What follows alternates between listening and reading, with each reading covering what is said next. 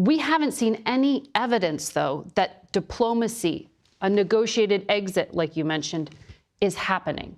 Are you seeing diplomatic success? Well, in the last years, Venezuela has seen 17 dialogue initiatives, not once, not twice, 17.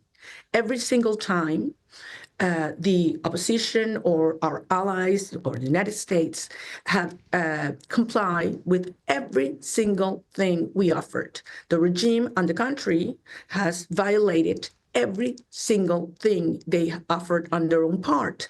What did they get? They got time, they got legitimacy, they got money. And that's precisely what they think they can get again, once again.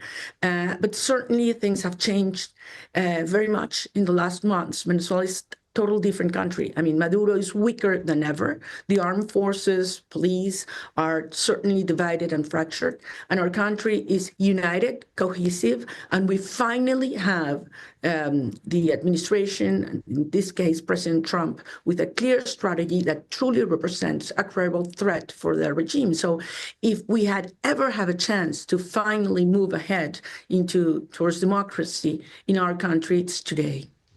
What evidence do you have that the military is weaker than ever? Was your escape proof of that? We've seen more and more members of the military finding ways to connect with us, to send messages, to show that they're feeling the same of what the rest of the country is feeling. When this military go back home, they find their children, their mother, their partners saying that they are hungry, that they are persecuted, that their families have been divided. They are scared. Yes, they are scared because repression and persecution in the military is even tougher than on civilians.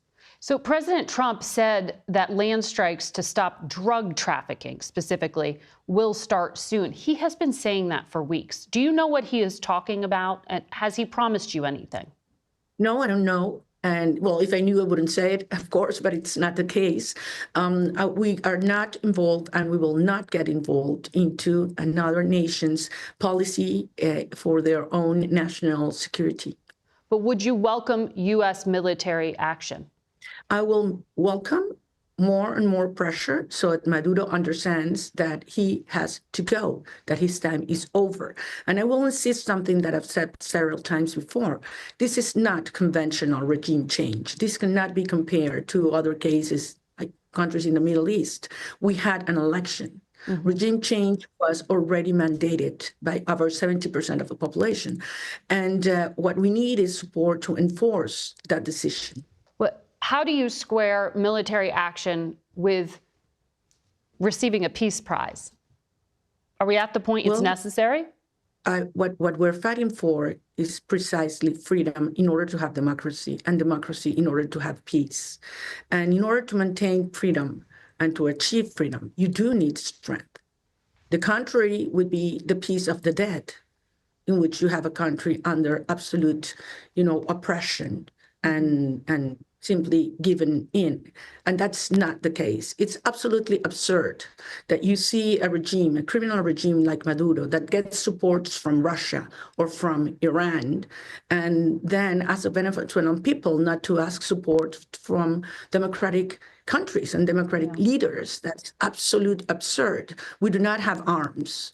We have our will. We have the power of organization and the power of love, which at the end, I have to say that peace is ultimately an act of love.